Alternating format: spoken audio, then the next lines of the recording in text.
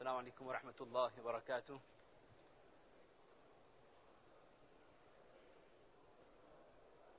بسم الله والحمد لله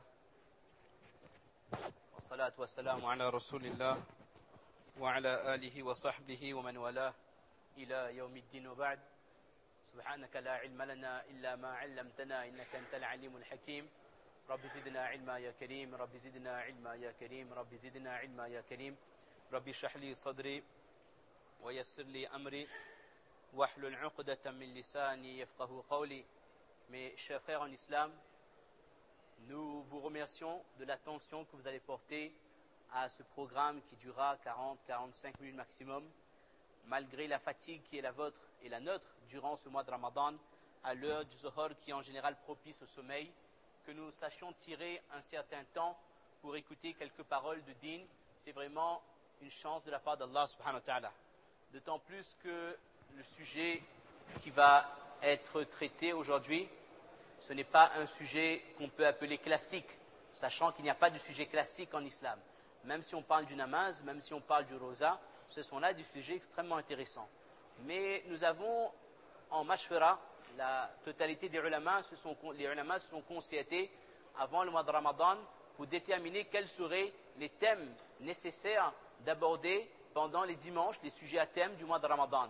Et notre choix, par la grâce d'Allah, s'est arrêté, s'est porté sur ces 4 sujets qui ont été affichés. Il y a le sujet en rapport avec le respect des parents, la relation que les enfants doivent avoir avec leurs parents, ce qu'on a pu traiter bi'idhnillah la dernière fois. Il y a aujourd'hui le thème de l'humanisme. La semaine prochaine, si je ne me trompe pas, c'est la problématique liée au divorce, les problèmes que peuvent causer le divorce, les déchirures qu'il peut y avoir dans une famille, non seulement dans le couple ou dans la relation parent-enfant, mais d'une famille entière peut se déchirer à cause des divorces. Et le dernier dimanche, Inch'Allah, le thème de la mort sera abordé parce que la mort est devenue un sujet tabou dans notre société. On ne veut plus parler de mort.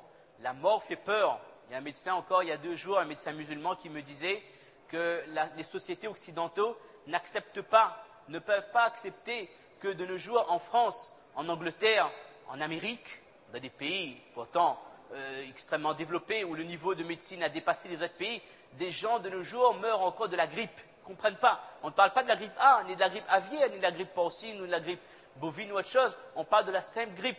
Il y a des gens qui meurent tous les ans, même à la Réunion, de grippe. Elle dit que pour eux, la mort causée par une maladie aussi bénigne que la grippe, un virus aussi simple que la grippe, cette mort doit être réservée, excusez-moi, mais pour les pauvres. Que les Africains meurent de grippe, ça va.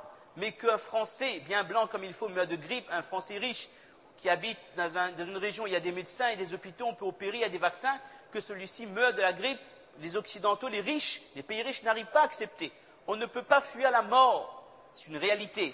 Mais intérieurement, nous faisons tout ce que nous pouvons pour écarter l'idée de la mort. C'est pour ça qu'on trouvera tous les sujets abordés dans les débats ou dans quoi que ce soit, dans les médias, Internet, dans les journaux, etc. Mais le thème de la mort, c'est un sujet tabou. On ne veut pas en parler parce qu'on ne sait pas c'est quoi. Et quand on ne sait pas c'est quoi, on a peur. D'accord? Donc la mort, c'est le dernier sujet de ce mois de Ramadan. Et aujourd'hui, nous avons tenu à aborder une question extrêmement importante qui est l'humanisme. On attend un peu Molly Bagat, c'est lui qui devait commencer. Mais apparemment, il est un peu en retard, donc on va essayer de commencer, d'introduire le sujet. Alors pourquoi est-ce qu'on a choisi ce sujet, ces 4 sujets? Ce sont là les 4 fléaux des 10 dernières années. Les 4 sujets qu'on a dit, ce sont les 4 fléaux des 10 dernières années. Mais le divorce, ainsi que la relation entre parents et enfants, ce sont là des choses qui reviennent à nous. Nous pouvons décider, bi'idhnillah, par la grâce d'Allah, de changer notre relation avec notre épouse. Tout comme nous pouvons décider de changer notre vision de l'éducation. Ou alors, nous, en tant qu'enfants, de changer notre rapport avec nos parents. Donc, c'est quelque chose qui est, on pourrait dire, dans nos mains. Également, concernant la mort. On ne change pas l'heure de la mort, la date ou l'endroit, ça c'est clair. Mais dans la manière de mourir, la manière d'aborder la mort, comment vivre la mort, nous sommes acteurs. Selon nos actions, nous mourrons de la manière dont nous avons vécu. Et l'homme est ressuscité en fonction des dernières actions qu'il avait accomplies. Donc, nous sommes acteurs dans ces 3 sujets. Maintenant, le sujet concernant l'humanisme, c'est une problématique extérieure. Il y a, on pourrait dire, un tapage médiatique, même si le terme n'est pas approprié. Il y a tout un bourrage de crâne, il y a toute une idéologie qui a été fait passer, qui essaie de passer depuis quelques années, et disons-le clairement, depuis les événements du 11 septembre, il y a une vision extrêmement négative de l'islam qui est véhiculée et qu'on essaie d'intégrer dans les esprits à travers toutes les générations et dès les premiers âges. Dès l'enfance, on fera tout pour faire comprendre à un enfant, qu'il soit musulman ou non musulman, que si ton voisin est musulman, c'est quelqu'un de dangereux. Ou alors si toi-même tu es un petit musulman, fais attention, ta religion n'est pas adaptée à notre pays. Ou alors ta religion est une religion, ils ne le diront pas clairement, mais laissez-les monter un peu de classe. Et si vous avez un peu de temps, celui qui en a, il a de la chance à notre époque, si vous avez le temps de feuilleter un petit peu les livrets scolaires de vos enfants, si on n'a pas trop de matchs à regarder, si on n'a pas trop de Premier League ou alors d'autres choses à regarder, si on n'a pas trop de rendez-vous avec nos amis aussi pour discuter, ce qui est extrêmement important, on le reconnaît, si on a un peu de temps pour donner à nos enfants, parce que bon, on a fait, il faut bien s'en occuper. Et donc, mis à part le fait de les nourrir, si on a un peu de temps à les consacrer, et si on fouillait un peu les manuels scolaires, et si on osait regarder ce qu'ils apprennent en 5e dans le livre d'histoire, sachez mes chers frères, que notre prophète sallallahu alayhi wa sallam est présenté, notre prophète sallallahu alayhi wa sallam est présenté comme un pillard. Et Abu Bakr as-Siddiq, Omar, Othman, Ali, les compagnons du prophète sallallahu alayhi wa sallam, comme des bandits, des brigands, des bandits de grand chemin, des gens qui interceptaient des caravanes, qui attaquaient les polythéistes, les Arabes, qui s'emparaient de leurs biens, qui prenaient leurs femmes et qui amenaient tout ça de leur village. Exactement le barbare, na'oudhu billah.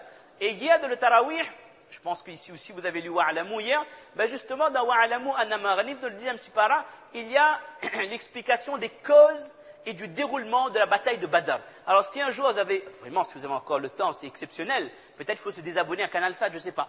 Ou alors on a trop de satellites, je ne sais pas, on n'a pas le temps.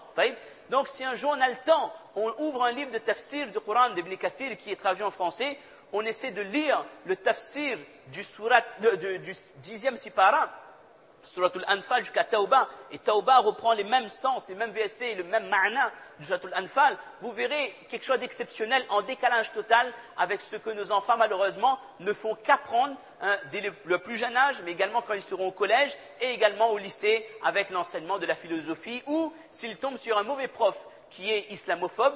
Vous savez, islamophobe c'est rien ça. On n'a pas le droit d'être homophobe par exemple.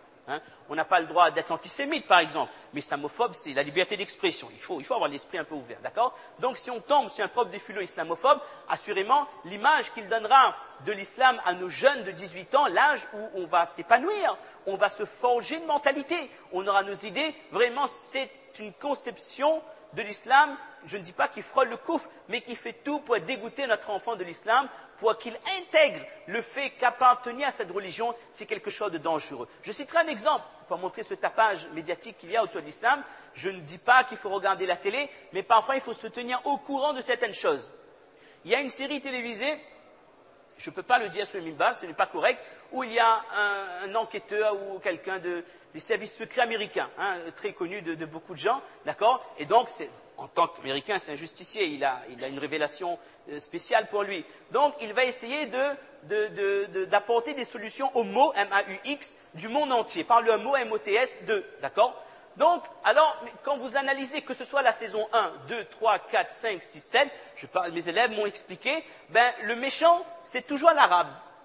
Mais c'est incroyable ça. Ils ne peuvent pas trouver un méchant chinois, ils ne peuvent pas trouver un méchant russe, il y en aura. Mais le cerveau dans tout ce qui s'appelle attentat, ou alors tout ce qui cause préjudice à la civilisation, ce seront les arabes. Et qui dit arabe dit musulman, bien sûr. Et l'homme de base, l'homme qui regarde Internet et Facebook et MSN et qui ne lit plus les journaux, qui ne voyage plus pour voir les choses de leurs yeux et qui ne lit plus les livres, ce que la télé lui dit, il va absorber. Ce que les médias ils disent, il va l'intégrer et pour lui ce sera sa conception des choses, ce sera la réalité. Alors, de nos jours, l'islam est assimilé à une religion rétrograde, une religion inadaptée au XXIe siècle, autant plus d'un pays européen, et surtout, ils ont fait le maximum pour que nous voyions l'islam comme une religion sanguinaire. Ou celui qui pratique, celui qui se dit muttaqi, nous on sait qu'est-ce que ça veut dire muttaqi, mais pour eux, muttaqi est synonyme d'intégriste. Celui qui pratique sa religion sera un extrémiste, une religion où il est plutôt question de martyrs, de flagellation, de femmes qui seront battues, ou ce genre de choses, et où on fera le maximum pour éclipser l'apport de l'islam à l'humanité.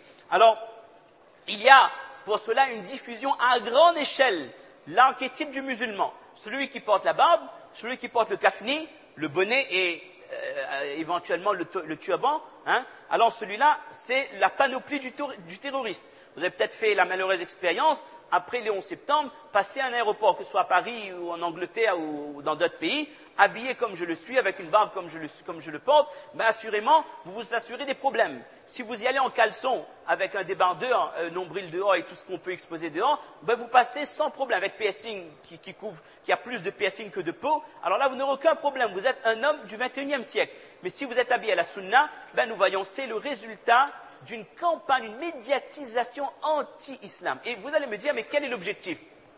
Chacun peut pratiquer sa religion. Qu'est-ce qu'ils ont? Qu'est-ce que certaines personnes ont vraiment à en vouloir à notre religion? Ben, c'est extrêmement simple. Un des objectifs, c'est de stopper la montée de conversion de gens vers l'islam. Il n'y a pas, on le dit clairement, il n'y a pas une religion dans laquelle il n'y a pas de statistiques malheureusement, même si on pouvait le faire, pour cela on essaierait de ne pas le faire. Il n'y a pas une religion qui accueille autant d'adeptes que l'islam. Je peux vous dire là, sur le mimbar, depuis le début de Ramadan, nous avons 2 cas. Je parle de moi, mon Libagat c'est encore plus, à Saint-Clotilde, une élève majeure bien sûr, qui vient, dit, elle est à la recherche de la vérité. Elle assiste au cours. C'est une fille de, je ne sais pas quel âge elle est habillée comme une musulmane. Pour moi c'est une musulmane, dit tu es nouvelle, bon ben inscris-toi avec le directeur, dit non, je suis athée. Tu commences à athée. Tu ressembles à une musulmane, oui, j'ai mis un châle et tout le tralala, mais je suis athée, de parents de telle religion et de mère athée. Et ma mère m'a laissé sa mère est musulmane. Qu'est-ce que je dis, catholique? Ma mère est musulmane et mon père est athée. D'accord? On distribue des billets de 500 €. Écoutez, on va pas, hein, encore c'est des billets de 500 €. Bon, hein. Donc, j'ai dit, mais pourquoi ta mère t'a pas transmis l'islam? Elle dit que ça m'a choqué, ça. C'était suffisant pour gâcher mon après-midi. Elle dit que ma mère a voulu me laisser la liberté de choisir ma religion, ma croyance. Et elle a 19 ans ou 20 ans. D'accord? Je dis qu'on te laisse la possibilité de choisir ta nationalité. Si tu veux être française ou, je ne sais pas moi, australienne ou française ou je ne sais quoi, une autre nationalité, il n'y a pas de problème. Ça, c'est légal. Mais qu'on te dise choisis entre l'islam et l'athéisme, mais quelle responsabilité, mais quel tahammul al-mas'ouliya cette mère elle a.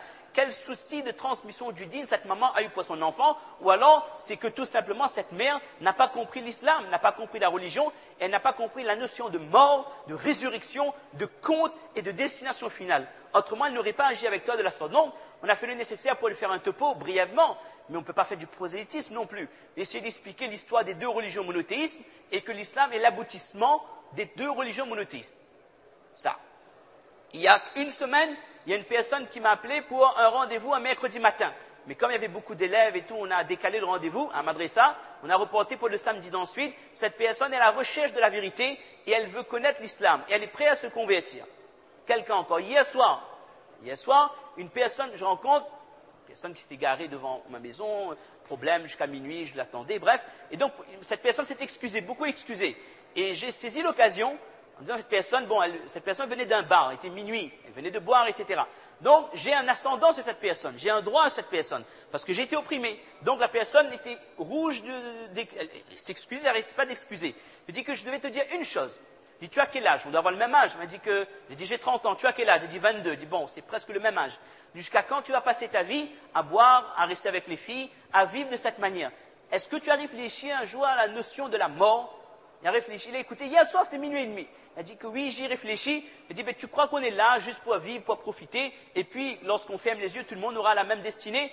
Il a dit que tu ne recherches pas la vérité. Il a dit, si je recherche la vérité activement en ce moment, mais je suis en phase de réflexion. Il a dit, mon frère, je t'invite à la mosquée de Saint-Denis, passe nous voir, assiste à une prière, viens écouter un bayan de Jum'ah, et qu'Allah te guide.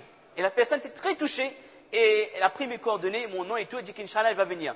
Mes chers frères, ce dîn, même s'il y a des gens qui se réunissent pour donner une image négative de l'islam, inna ad-din 'inda Allah l'islam, ce n'est pas le verset que je cherchais, yuriduna yutfi'u nur Allah bi afwahihim wa ya'ba Allah illa an yutimma nurahu walau kariha al-kafirun. même si l'humanité tout entière se réunissait pour donner cette image négative que nous avons déjà expliquée de l'islam, pour dissuader les gens d'aller vers l'islam ou pour faire en sorte que le musulman est honteux de sa religion et quitte son dîn, sachez mes chers frères que ces efforts, ce travail de fait, ces organisations ne porteront jamais leurs fruits parce que ce dîn n'est pas un parti politique.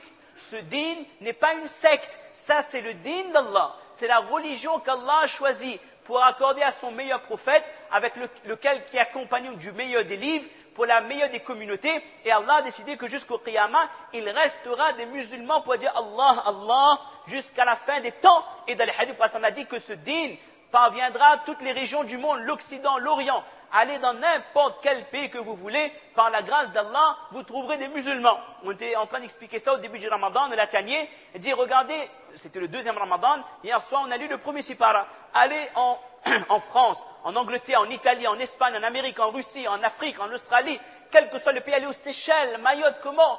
Allez dans un endroit où il y a une mosquée, vous entendrez le même alif lam mim, dhalika al-kitab, la rayba fihi hudan lil muttaqin. Et ça, c'est un miracle d'Allah, que sa parole reste la même depuis 1500 années.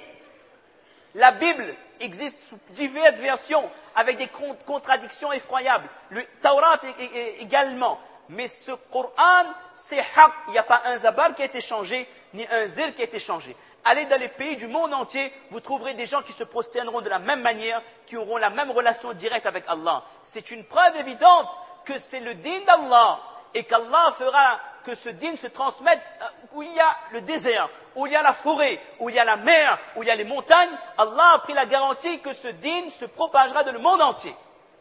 Et quand Allah a décidé que maintenant c'est l'heure de détruire le dunya, Allah il reprend le Coran, dans certaines sources, Allah il reprend la Kaaba, et Allah il reprend le iman. Et le Coran sortira même du cœur des gens. Même le hafid, le lendemain, il se réveille, il n'y a plus de Coran de son canal. Et là, Allah décide que maintenant, il n'y a plus personne pour dire Allah, Allah, et là, le Qiyamah a lieu. Mais jusqu'au Qiyamah, quels que soient les efforts qui seront déployés, ce dîn restera la religion de la vérité et une religion où les adeptes ont de quoi être fiers d'appartenir à cette merveilleuse religion. Alors, l'objectif de notre intervention, c'est, oui, et en même temps, à travers cela, en même temps, qu'ils essaient de donner cette image de l'islam, il y a une stigmatisation des musulmans. D'accord? Il y a une stigmatisation pour que tout le monde perçoit le musulman comme un homme dangereux et que le musulman lui-même se perçoit comme un étranger, comme quelqu'un d'inadapté. Et en même temps, ça c'est le côté négatif. Et la couche qu'ils essaient de rajouter, c'est quoi? C'est qu'en même temps, ils font un exposé, un étalage des avancées de l'Occident en termes de relations humaines. Droits de l'homme et du citoyen, les droits du travail, les droits de la femme, droits des enfants, droits des animaux, il y a même les droits des plantes, l'écologie, les énergies renouvelables, etc., etc., pour qu'on comprenne bien que c'est l'Occident qui est à la base de l'avancée sur les relations humaines et que de l'autre côté, le musulman se sent complexé, que le musulman, il fait quoi? Mais il fait 5 namazes, il fait rosa, il fait hajj une fois dans ma vie, et puis c'est tout, c'est ça mon dîn, et mon prophète n'a rien apporté d'autre que les salats. Ça, c'est l'image qu'on aimerait, na'oudhu billah, que les musulmans aient, le complexe qu'on aimerait voir les musulmans développer concernant leur relation avec le dîn, avec cet espoir qu'ils ont que des musulmans arrivent à quitter le dîn par honte. Et de nos jours, malheureusement, il y a certaines personnes, on me le dit, j'espère que c'est faux, de nos jours, les gens disent tellement n'importe quoi, espérons que ça aussi c'est n'importe quoi. Il y a des gens qui n'hésitent pas à cacher leur appartenance religieuse à l'islam pour avoir un bon travail. Il y a des lycéens, on me dit, qu'ils font le maximum pour que leurs amis ne savent pas qu'ils sont musulmans. Ça, c'est exceptionnel. Et regardez, même à travers les dessins animés des enfants, il y a une image qui est véhiculée. Je ne dirai pas le nom de dessin animé, mais je le dirai parce que vous ne le connaissez pas. Il y avait sur un site islamique, un animé qui s'appelle Les Simpsons, c'est très simple. Même avec ça, on a montré la relation entre le petit Américain et un jeune musulman syrien qui vient de s'installer. Et les relations conflictuelles et l'image que les Occidentaux, ils ont de l'islam. Mais ça, c'est extrêmement important, ça, mes chers frères. Il faut observer tout cela pour qu'on ait une idée générale de la situation politique, la situation de notre dîn à travers le monde. Si on reste à la masjid, on fera l'ibadat, mais nous n'aurons pas cette vision de loin. Comment est-ce que, de l'extérieur de la masjid, les gens nous perçoivent? Et ça, c'est extrêmement important. Alors, mes chers frères, J'espère qu'il n'est rien arrivé à Mouli Bagat, parce que là, ça devient inquiétant.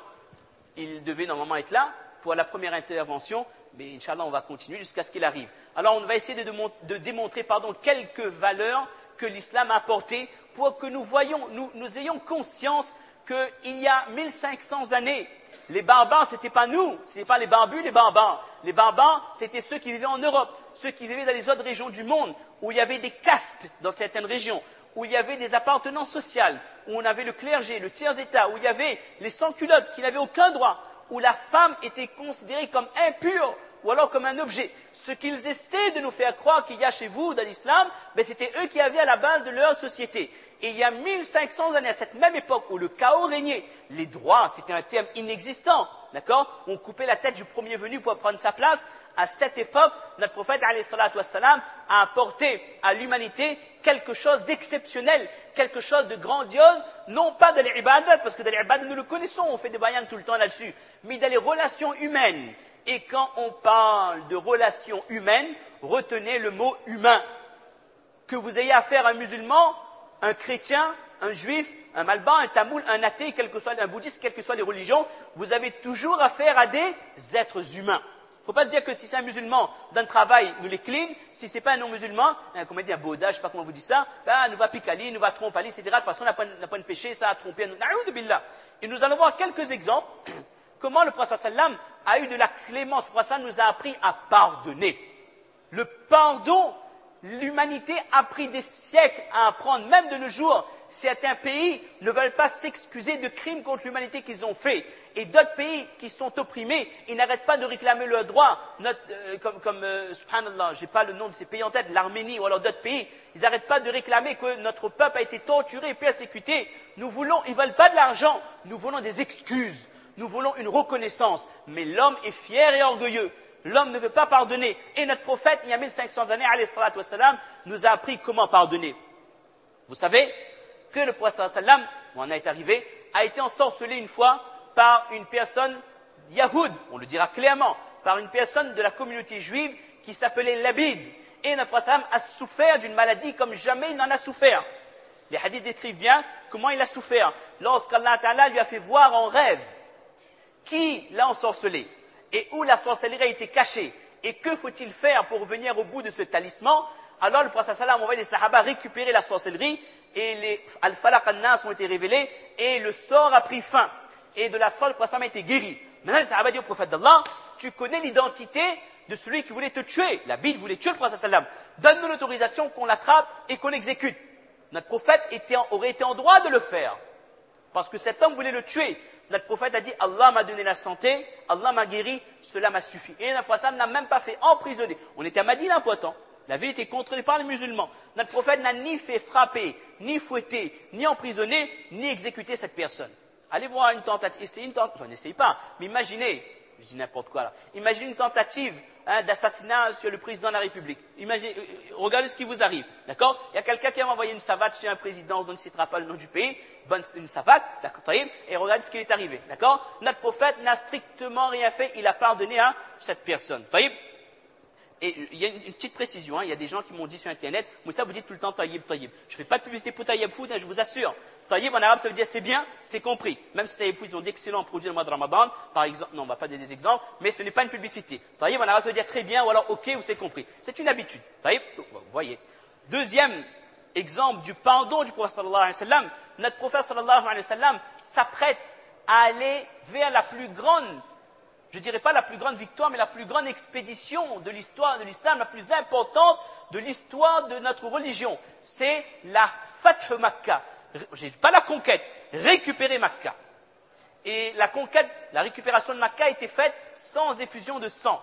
Alors le prophète sallam prépare l'armée des musulmans, mais parmi ces musulmans, il y a eu une personne dont le nom m'échappe, un sahaba, qui a prévenu les Quraysh, les polythéistes à Makkah, que l'armée des musulmans arrive, parce qu'il avait la famille là-bas apparemment, et il voulait avoir de bonnes relations avec ces gens. Donc, on appelle ça comment? Trahison. On pourrait même appeler ça haute trahison d'État. Ok? Alors, on essaie de dire ok maintenant. Donc, le prophète sallallahu alayhi wa sallam a su que ce sahaba avait, entre guillemets, trahi. Le prophète sallallahu alayhi wa sallam a appelé à convoquer le sahaba, a demandé quelle était la raison, et le prophète sallallahu alayhi wa sallam a compris c'était quoi son objectif, et le prophète sallallahu alayhi wa sallam l'a pardonné. alors qu'une expédition tout entière, la plus importante, aurait pu être mise en danger uniquement par ce rapport qui a été fait. Notre prophète sallam nous a appris comment pardonner. Il a pardonné aux Juifs, il a pardonné aux musulmans. Abu Sufyan, un polythéiste, ennemi depuis 21 ans. La totalité des polythéistes de Quraysh, ennemis depuis 21 ans. Persécuté Bilal, persécuté Abu Bakr as-Siddiq, persécuté les Sahaba, tué Al Yasir, etc. Le prophète sallam a ces gens sous sa main à la conquête de Makkah. Le prophète sallam peut faire ce qu'il veut d'eux, les exécuter ou les emprisonner, ce qu'il veut. Qu'est-ce que le prophète sallam a dit? Idhabu fa antumut tulaqa. Allez, vous pouvez partir, vous êtes libres. Notre prophète nous a appris, mes chers frères, comment pardonner à toute personne. Parce qu'une personne, un être humain, fait des erreurs. Et nous devons accepter l'erreur de notre prochain, reconnaître la faiblesse de notre prochain et apprendre à pardonner. Nous sommes loin, malheureusement, très loin du comportement du musulman, du arabe, du aprawala ou quoi que ce soit au XXIe siècle. S'il y a bien une personne qui donne l'image la plus négative de l'islam, c'est bien malheureusement les musulmans. Et nous sommes loin de l'exemple prophétique. C'est à travers cet exemple que l'humanité tout entière a connu l'islam, à travers ses messages, et l'humanité, différentes civilisations ont accepté l'islam. Également, cette femme, beaucoup d'exemples qui empoisonnent le prophète sallam. Le prophète l'a pardonné, etc., etc. Wahshi, cet homme, Wahshi, c'est de quel pays encore ça? L'Abyssinie, cette personne qui a tué Hamza, qui a enlevé son foie et qui a donné à Hind, on doit le dire maintenant, pour mâcher, pour manger le foie de Hamza. Lorsque Hamza se convertit, sa conversion est acceptée. Et son crime odieux dans certaines choses, il a même dit qu'il a ouvert le ventre de Hamza, il a découpé ses oreilles pour en faire des colliers. La mutilation était quelque chose de courant chez les polythéistes à l'époque. Le prophète a pardonné. Des choses horribles, le pire des meurtres, tuer son oncle. Et chez les Arabes, l'oncle est comme le papa. Le respect qu'on a pour le tonton, c'est comme le respect qu'on a pour le père. Et le prophète nous a appris à pardonner. Ça, c'est le pardon. Apprendre à avoir de la clémence, à avoir de la pitié pour notre prochain. De nos jours, le musulman, vraiment, malheureusement, soit il l'est présenté comme un être sanguinaire, ou alors à travers notre comportement, nous percevons un homme extrêmement dur avec sa femme, extrêmement sévère avec ses enfants, qui a une vision rigide des choses, qui n'a aucun atome de compassion pour son prochain, qui, dans les relations avec les non-musulmans, n'a strictement aucune pitié, déconsidère complètement la personne qui n'est pas adepte de sa religion. Et si on irait, on creuserait un peu plus, même si on est de la même religion, si on n'est pas de la même appartenance ethnique, on ne nous considère pas comme vraiment égaux. Na'oudhu billah. Notre prophète sallallahu alayhi wa sallam est attaqué, agressé par la population de Taïf. Le prophète sallallahu alayhi wa sallam a la possibilité de demander à l'ange des montagnes de détruire ces gens. Notre prophète a de la pitié, il a été envoyé comme rahmatan lil alamin. Il a de la pitié dans son cœur, il dit, oh Allah, si c'est en ce sens, si ces gens-là n'acceptent pas ton dîn, leur génération future, leurs enfants accepteront ton dîn et pitié d'eux. Et de nos jours, aller à Taïf, c'est une ville musulmane bien sûr, mais plus encore, Taïf est le lieu de résidence secondaire de ce qu'on appelle Hay'a Kibar Ulama as-Saoudiya. Le majlis des muftis de toute l'Arabie, lorsqu'ils se réunissent une fois par an, c'est en Chita, en hiver, c'est à Taïf.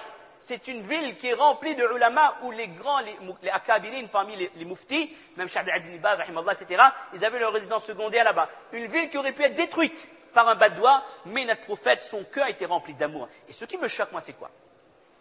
J'ai parlé récemment avec parents d'élèves, c'était une dame qui est dans une situation familiale préoccupante. Et cette dame me faisait comprendre, plutôt à mon épouse, qu'elle est admirative pour une religion dont on ne citera pas le nom.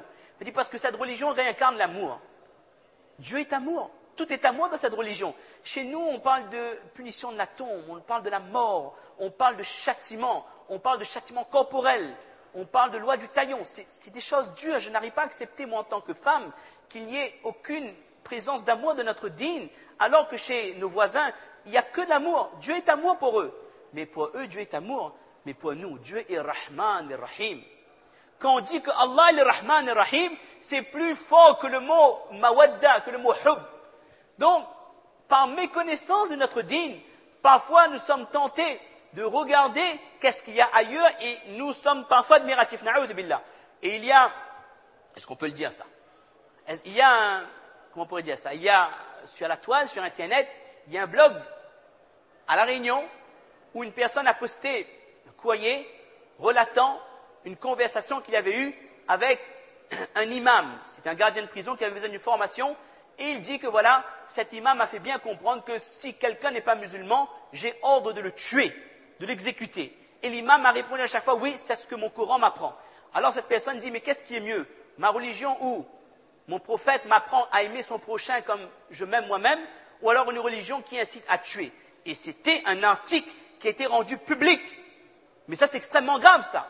Qu'on essaie de faire comprendre aux gens que l'islam est une religion sanguinaire par opposition à d'autres religions. C'est pour ça que nous avons parfois besoin d'être persuadés. Nous avons besoin d'un mudhakara, d'un rappel sur les valeurs que porte notre religion. Ça, c'était la clémence du prophète sallam. Une fois, notre prophète sallam officie la salat. Il fait namaz, il entend un enfant pleurer. Notre prophète sallam raccourcit la salat. Pourquoi? Pour que cette mère puisse s'occuper de cet enfant. Ça, c'est l'amour, la pitié que notre prophète sallam avait pour les créatures qui soient adultes ou enfants, que cette personne peut nous apporter quelque chose ou que ce soit un enfant qui ne nous apportera rien. Aimer son prochain, c'est le message que le prophète sallam nous a fait passer. Dernier exemple, et on donnera la parole à Mohammed. Je ne sais pas si on avait cité ça la dernière fois. Notre prophète est à la maison d'une de ses épouses, dont je ne me souviens pas du nom. Une autre épouse qui cuisinait très bien envoie quelque chose. Un jour, il faudra qu'on explique ça, la question de polygamie à l'époque du prophète sallam. Quelle était la hikmat dedans, pour qu'on arrête de dire n'importe quoi aussi là-dessus, d'accord? Et sur certaines radios aussi, qu'ils arrêtent de dire n'importe quoi. Alors, le prophète sallam reçoit un bol de nourriture d'une autre épouse qui cuisinait bien. C'était certainement un cordon bleu. Alors, cette épouse qui l'accueillait ce soir, elle était jalouse. C'est comme si que, je ne sais pas moi, vous êtes chez vous, madame l'a fait cuire des pâtes. C'est terrible ça quand même, c'est démoralisant ça. Elle a fait cuire des pâtes, d'accord? Et pendant ce temps, votre sœur, elle envoie un curry camaron ou un curry de langouste. Ah ben, entre pâtes et langouste. Moi, j'ai choisi déjà. Allez, on ne va pas dire si c'est maclou, pas maclou. En tout cas, c'est bon. D'accord? Donc, le choix est vite fait. Et la réaction de votre femme, elle dit, ah bon, mon mari va comme il est coté, mais il cuisine pas, mais il fait minapolo, mais il fait des trucs surgelés de, etc., etc. Et son sœur, il fait curry langouste, fait curry camaron un samedi soir, alors que de Moïse a acheté pizza. D'accord? Ben, assurément, la femme, elle est jalouse. Elle en veut à son mari, elle en veut à sa belle-sœur. Ça aussi, un jour, il faut traiter sa relation entre belle famille. Ça, c'est terrible, ça. Une cause principale de divorce qu'on retienne, relation beau-père-belle-mère, qui croit bien faire très souvent. Alors, qu'est-ce qu'elle fait, cette femme? Elle prend le bol de nourriture, elle le jette et elle casse. La nourriture s'éparpille. Vous savez qu'à l'époque, il n'y avait pas beaucoup à manger. Et le bol est cassé. Vous avez vu? Le prophète sallam, qu'est-ce qu'il fait? Si ça nous était arrivé à nous, un repas qu'on apprécie, d'accord? Et que votre femme casse, la moindre des choses, allez, nous restons des humains. Même on peut être alim mais avoir des sentiments quand même. Même si on est mufti, cheikh al-hadith, on aurait dit, mais tu es malade ou quoi? C'est quelque chose à faire. Ne serait-ce, on aurait dit que la nourriture était un bienfait d'Allah, même si tu n'es pas content, toi, il ne fallait pas manger. Et si on est un peu plus sauvage, ben, on terrasse à casa au moment, si tu peux des affaires comme ça, si Mikonem n'aurait pas marié qu'un sauvage comme nous, ou alors, troisième degré, une claque ou un coup de boule à la zidane, ou je ne sais pas, quelle autre réaction qu'on aurait pu avoir. D'accord? Le prophète sallam s'est baissé, il a ramassé les éclats du bol, il a ramassé la nourriture, il n'a pas dit un mot à son épouse. Alors après quand on entend certains qui osent dire que dans l'islam il faut frapper ses femmes, si madame n'obéit pas, taper, pour pas dire d'autres mots, d'accord? Hadith qui est dit, le prophète sallam n'a jamais levé la main sur une femme, n'a jamais levé la main sur un enfant, n'a jamais demandé à ses travailleurs, comment on appelle ici ben kamkanaro, je ne sais pas comment il dit, un travailleur, c'est presque de l'esclavage parfois. Il n'a jamais dit à un travailleur, pourquoi on a fait ça? Ou alors pour un travail qui n'a pas payé, ah, faut pas fait ça? Lam yakul li amalin fa'altu lima fa'alta. Etc. C'est le hadith de Anas bin Malik qui était resté 10 ans au service du prophète sallallahu alayhi wa sallam. L'amour du prophète sallallahu alayhi wa sallam pour ses épouses, pour les autres. Aïcha, elle est encore petite, elle regarde les Habashis, les gens d'Éthiopie, d'Abyssinie, qui, le jour du Eid, font des démonstrations avec leur lance. Aïcha, elle est contente, c'est un enfant, elle regarde. Le prophète sallallahu alayhi wa sallam porte Aïcha pour qu'elle regarde.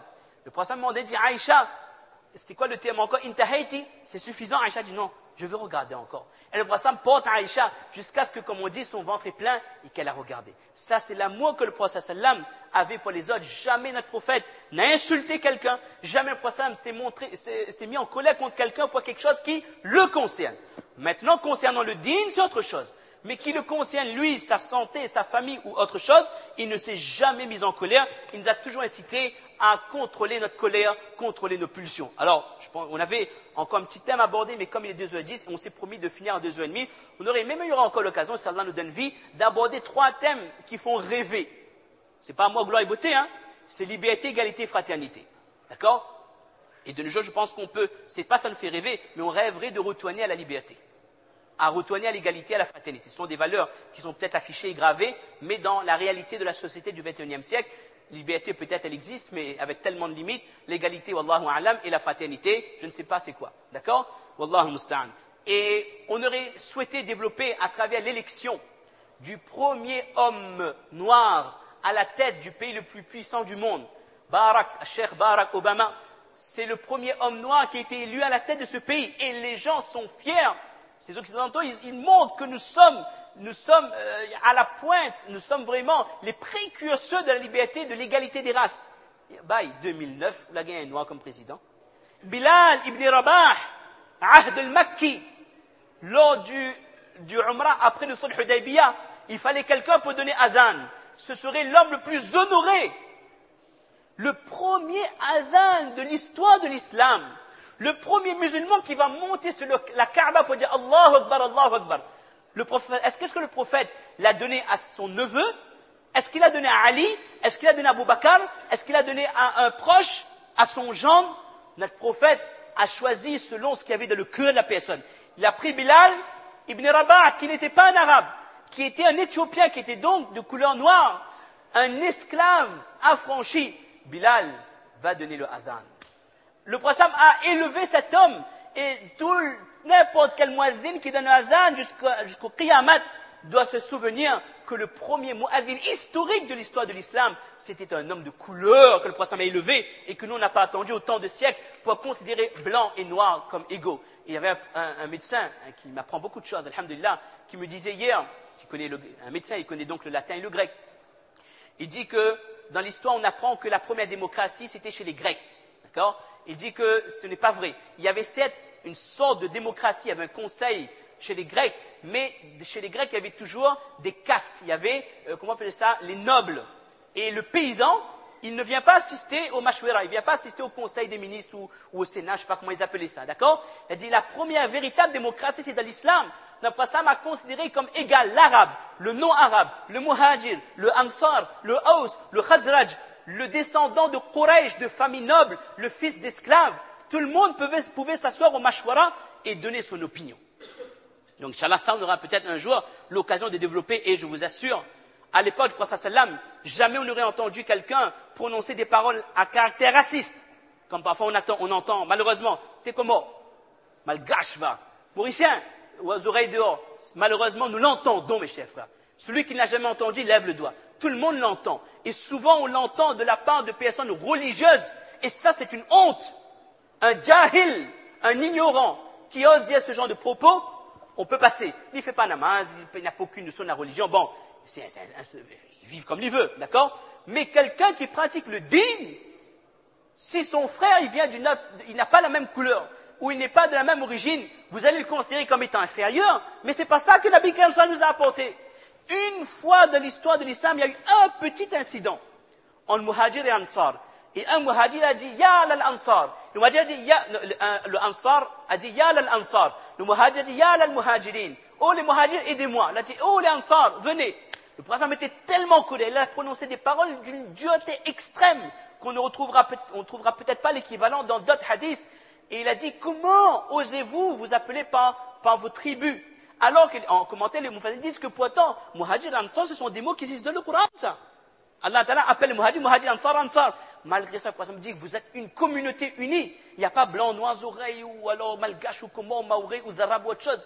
Une communauté. Ces valeurs, mes chers frères, ce sont des valeurs universelles. L'amour pour son prochain que le prophète nous a transmis. Maintenant, à nous de voir si nous pouvons faire revivre ces valeurs dans notre vie de tous les jours, parce qu'à l'époque où les gens le faisaient revivre, c'est là que la lumière de l'islam a ressurgi, c'est là que des civilisations ont compris la suprématie de l'islam, et c'est à partir de là qu'ils ont puisé leurs règles et leurs lois pour apporter des droits. Qu'Allah Ta'ala me donne à moi-même la compréhension de ce que je viens de dire, et qu'Allah nous donne à tous la certitude que nous sommes dans le vrai, que nous devons être fiers de notre dîn, Apprenons à nos enfants qu'ils doivent être fiers de leur religion. Montrez à nos enfants l'exemple plutôt que de lire des fables de La Fontaine ou autre chose.